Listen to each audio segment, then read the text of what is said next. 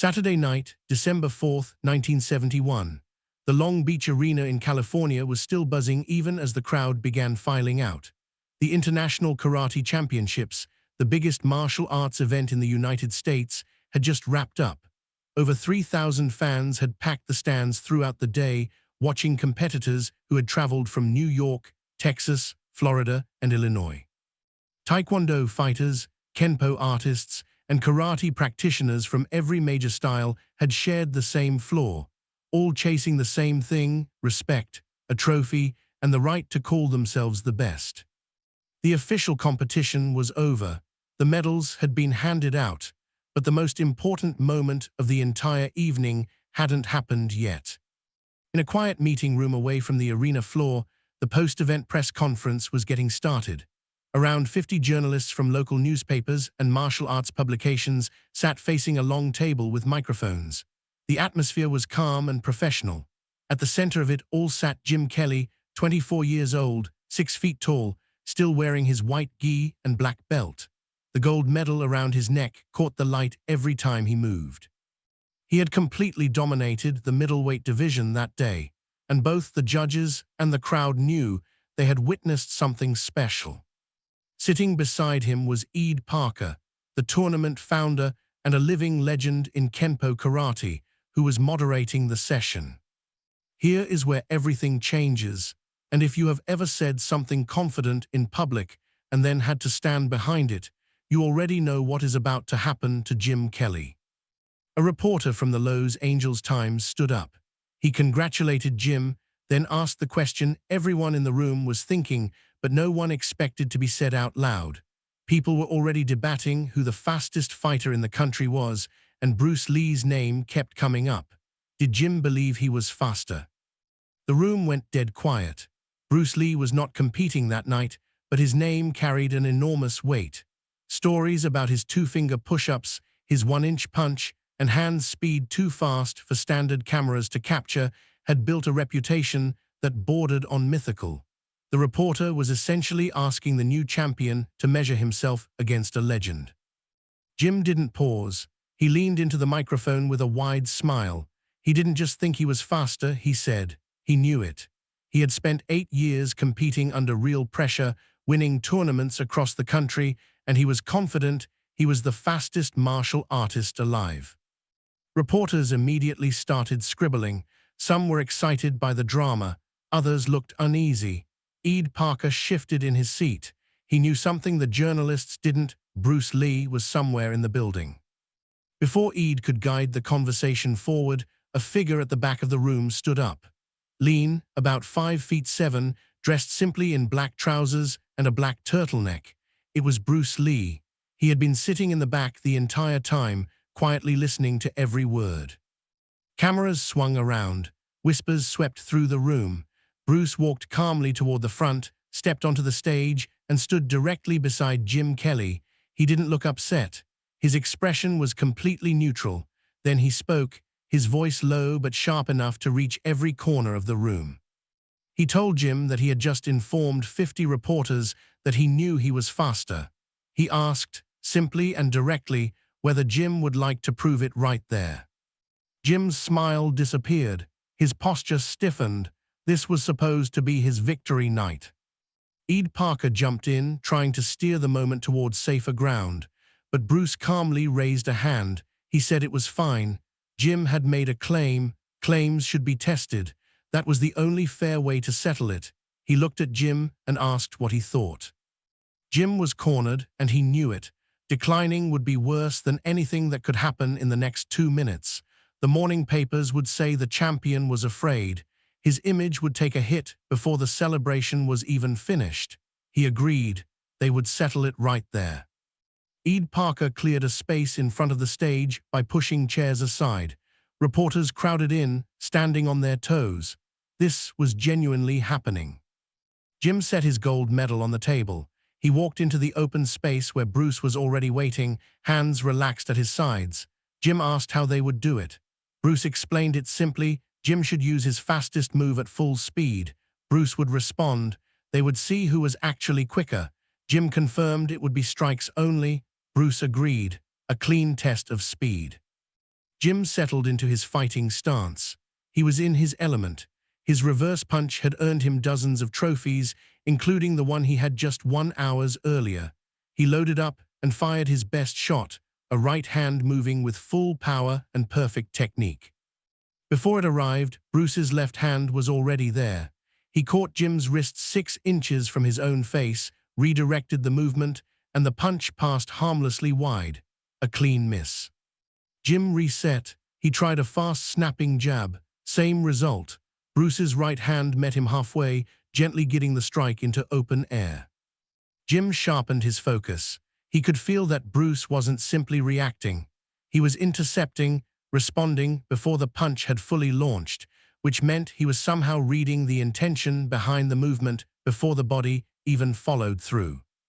Jim switched to a spinning backfist, a circular technique with different timing designed to catch a defender off guard. As his fist came around, Bruce's hand was already positioned at the exact landing point. He stopped the rotation completely. Growing more desperate, Jim threw a rapid combination, jab, cross, hook, championship-level strikes delivered back-to-back at his highest speed. Bruce moved fluidly, redirecting left, right, left, brushing away all 3 without effort. 3 punches, 3 misses. Then Bruce touched Jim's chest. It was light, just the tips of his fingers, but the message was perfectly clear. During that combination, Jim had opened himself up, and Bruce had chosen to show him the gap rather than use it. Bruce stepped back and lowered his hands. He told Jim his speed was genuine and his skill was real, but he was relying on trained sequences. Bruce explained that he wasn't reacting to the strikes themselves, he was reading the decision behind them. He saw the intention before the body moved. He went on to explain that Jim trained to score points and impress judges with clean, precise form. Bruce trained to finish a fight immediately. They had completely different goals, and what worked brilliantly inside a tournament was a different tool than what was needed in genuine combat. He made clear that neither approach was superior, they were simply built for different purposes. The room stayed frozen. Jim was breathing hard. Not from exhaustion, but from the weight of what had just happened. He had thrown his 5 best strikes at a man who barely seemed to shift his position, and he hadn't connected once, not even close. Slowly, Jim straightened up and dropped his guard. The confidence he had worn all evening was gone, replaced by something quieter and more genuine. He reached out his hand. He admitted he was wrong. He said Bruce was faster or earlier, which is how Bruce had framed it. He didn't fully understand how it worked yet, but he had felt it clearly enough. He couldn't touch him. And here is the part most people miss entirely, the moment where real growth either happens or it doesn't. Because admitting you were wrong in front of 50 journalists, on the biggest night of your career, after publicly claiming to be the best in the world, is not a small thing. Most people can't do it. Most people would find a way to explain it away, blame the conditions, or quietly change the subject. Jim Kelly did something harder. He asked Bruce to teach him. Bruce shook his hand and told him plainly that he could hit almost anyone. His talent was real, but winning trophies was not the same as reaching the end of the road. There was always more, and there was always someone who saw things from a different angle. Jim asked directly if Bruce would take him on as a student. He said he needed to understand the timing and the awareness he had just experienced. Bruce considered it for a moment. He said he could show Jim the principles, but Jim would have to be willing to question everything he currently believed he knew. Old habits would have to come apart before new ones could take their place. He asked if Jim was capable of that. Jim didn't hesitate. He said he had no choice, not after what he had just seen. Bruce reached into his pocket and handed Jim a business card. His school was in Chinatown, Tuesday evenings. He told Jim to come only if he was completely serious. Jim looked at the card, then at the gold medal sitting on the table. In the space of less than half an hour, that medal had lost some of its weight.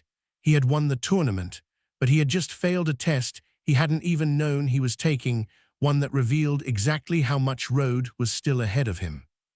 Ed Parker walked over and put a hand on Jim's shoulder. He told him not to let it get to him. Bruce did that to everyone, even the very best.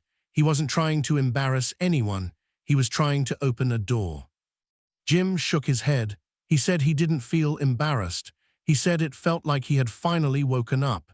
He had spent years measuring the wrong thing. The following Tuesday, Jim Kelly walked into Bruce Lee's school in Chinatown. Bruce looked surprised to see him and said so. Jim reminded him that he had promised he would come. For the next year and a half, they trained together twice a week. Jim learned ideas that standard tournament karate never covered: how to read an opponent's intention, how to interrupt a movement before it fully began, and how to prioritize timing over pure reaction speed.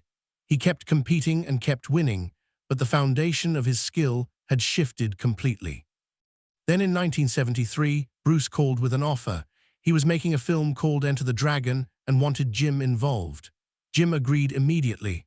A friendship that had started with a tense, 17-second public challenge had grown into a genuine professional partnership. When the film came out, it reached audiences around the world and turned Jim Kelly into an international name. For the rest of his life, whenever Jim was asked about his career, he didn't lead with his trophies.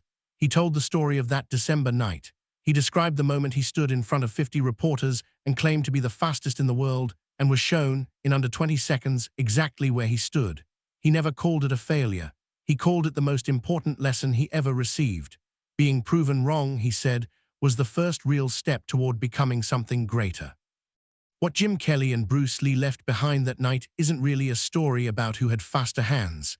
It's about the kind of person who can stand in front of a crowd, admit they were wrong, and walk forward anyway. Mastery doesn't end with a gold medal. It doesn't end at all. It's a road, not a finish line, and the ones who go furthest are the ones willing to keep walking even after they've already won.